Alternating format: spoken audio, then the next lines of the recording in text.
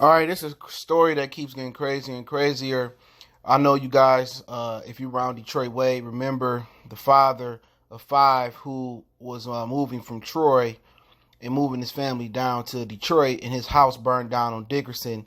And basically, they never found out why his house burned down on Dickerson.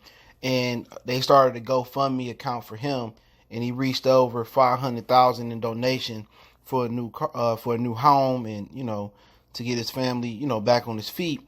His name was Roderick Reynolds, and Roderick Reynolds, father of five, who lost fixer upper and fire, arrested in Atlanta, wanted on unrelated arson charges in Detroit. So let's talk about what's going on. Hit that subscribe button, bell icon button, share the video. And it says Detroit father of five who lost his home he was fixing up for his family and was given more than $500,000 in the GoFundMe campaign is now in police custody in Atlanta and wanted in Detroit on unrelated arson charges. Roger Reynolds' home was a huge project. He was fixing it up for his family in Detroit when it caught fire on June 3rd.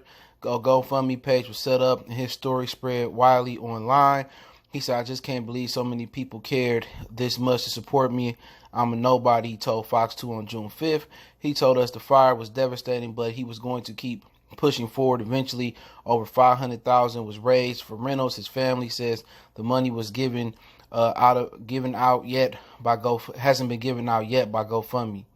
I think it was a typo because they said has been given out, but yet by. So I think it was a typo. So it hasn't been given out. I don't know who's the editor of Fox 2, but he's told us that the fire was devastating, but he was going to keep pushing forward. Eventually, he got to 500,000. The Detroit Fire Department is still investigating the cause of the house fire, but didn't suspect arson at first. Deputy Fire Chief, a fire investigation, Patrick McNulty, says they're taking a closer look. Our assumption is initially look at any fires is it's accidental, he said. Since Reynolds' home on Dickerson Street burned down and the story aired, he's been arrested in Atlanta, fleeing and eluding child endangerment, child abandonment, and arson. Police say the alleged crimes by Reynolds happened on June 10th, 2020. Now, he's been in Detroit as well on unrelated charges to a fire that happened in April. That caused us to pause and say, okay, we have another case against this man, and maybe we should take another look at this fire, McNulty said. Reynolds is in custody in Atlanta area. Fox 2 learned he was acting strange at the airport. Police were involved, and he allegedly ran from them, dropped his child, and then lit his clothes on fire in a jail cell. We are going to closely monitor the Georgia case, and as it develops with him down there, once it is resolved, we will get him up here, McNulty said. Reynolds' family released a statement that reads, since our gracious donations have been broadcasted, Roderick has been threatened, harassed for financial gain by people who feel they are entitled to your donations as well, causing him to have a mental breakdown. Okay. Fox 2 has reached out to GoFundMe to alert them of the current charges against Reynolds, but haven't heard back. The cause of the fire is still under investigation, but the fire department says because it was under construction, it's been difficult to determine the cause. Detroit Fire is calling the cause of the house fire undetermined. Officials say that the house collapsed on itself, making the investigation difficult. So at the end of the day, one of the things that kind of pointed out to me about this situation, which he is totally innocent until proven guilty, was when he said that he didn't want no donations in this very interview and said he was a big boy, he can get it on his own, and then turn around a couple days later, they raised all this money and he took the donations. Right there when he said he didn't want no donations and he took donations, my antennas popped up. All right. So that's one thing. So now he has an arson charge back in April. Now you got to ask yourself, like, Detroit Fire Department and like DPD, I'm pretty sure they had to be involved.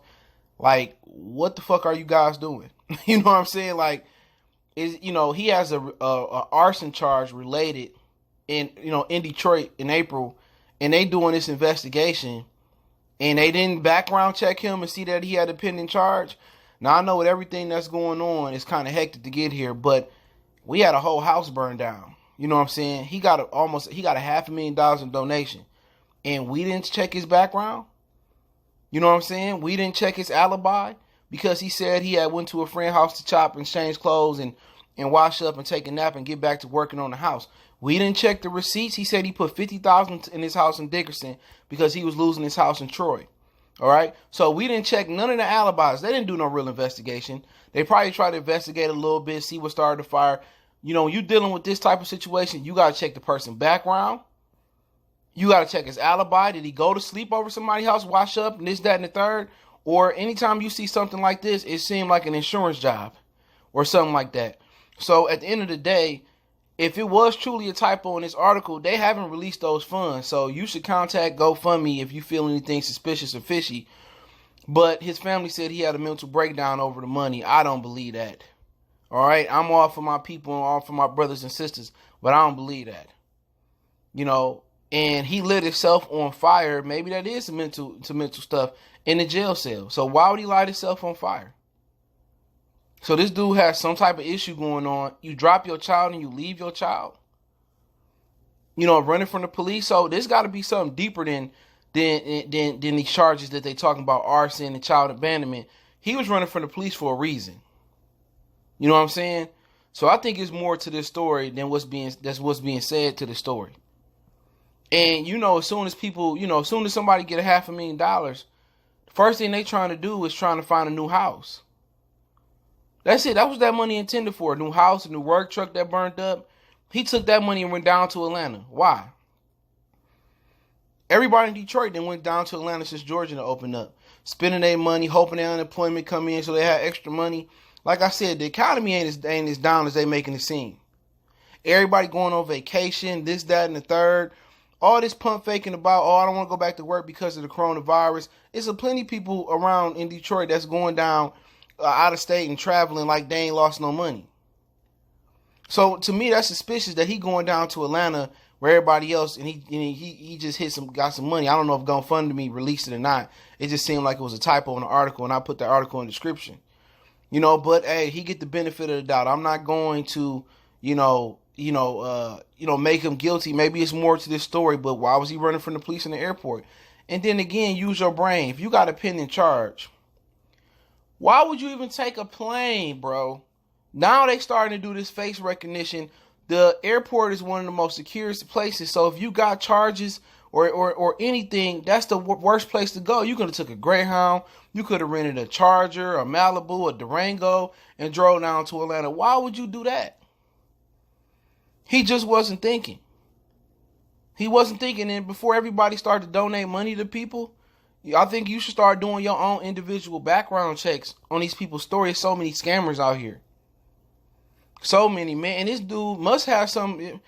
He must got something worse on his record. To light yourself on fire in a jail cell, something going on there. There's got to be a mental breakdown. Something going on there. Because you tried to light yourself on fire in your jail cell. And once again, what are we not doing now in Atlanta? Are we not patting these people down before we put them in a holding cell? So we didn't get his wallet. We didn't get his keys. We didn't get his stuff. We didn't check him. So now we letting people try to light themselves on fire. This is a crazy, nutty ass story. Just as crazy and nutty as 2020. This is a story that belongs parallel to 2020. I'm telling you. You know, and I knew something was up when I was talking to somebody, right? I'm like, man, yeah, you heard about that dude house that burned down? And somebody was like, yeah, he got $500,000 in donations. I said in the interview, he said he didn't want no donations. He was a big boy. He didn't need no donations. And he wasn't going to accept them. And then he ended up accepting them. I'm like, damn. So, we'll see what happens, to Mr. Reynolds, man. I'll follow this story and follow up. But that's crazy, man. It's a crazy story, man. Hopefully, it's a rational reason behind all this. And it ain't, he didn't burn that house down. But he facing, arson charges in Atlanta for lighting himself on fire in a jail cell. I don't know why he ran from the police. He also, facing arson charges up here in Detroit, not to the house that burned down on Dickerson, but in April from a totally different charge. So we'll see what happens. Maybe he cleaner than Aquafina water, and maybe not. But I'll try to follow up the story. Appreciate everybody for checking in. Make sure you hit that subscribe button, bell icon button, share the video. Don't forget me on Facebook, Instagram, Twitter. You can reach out if you got business question, inquiry, sponsorship, video question. Just want to chop it up for some advice. Twitter's the fastest way. Want to make a donation?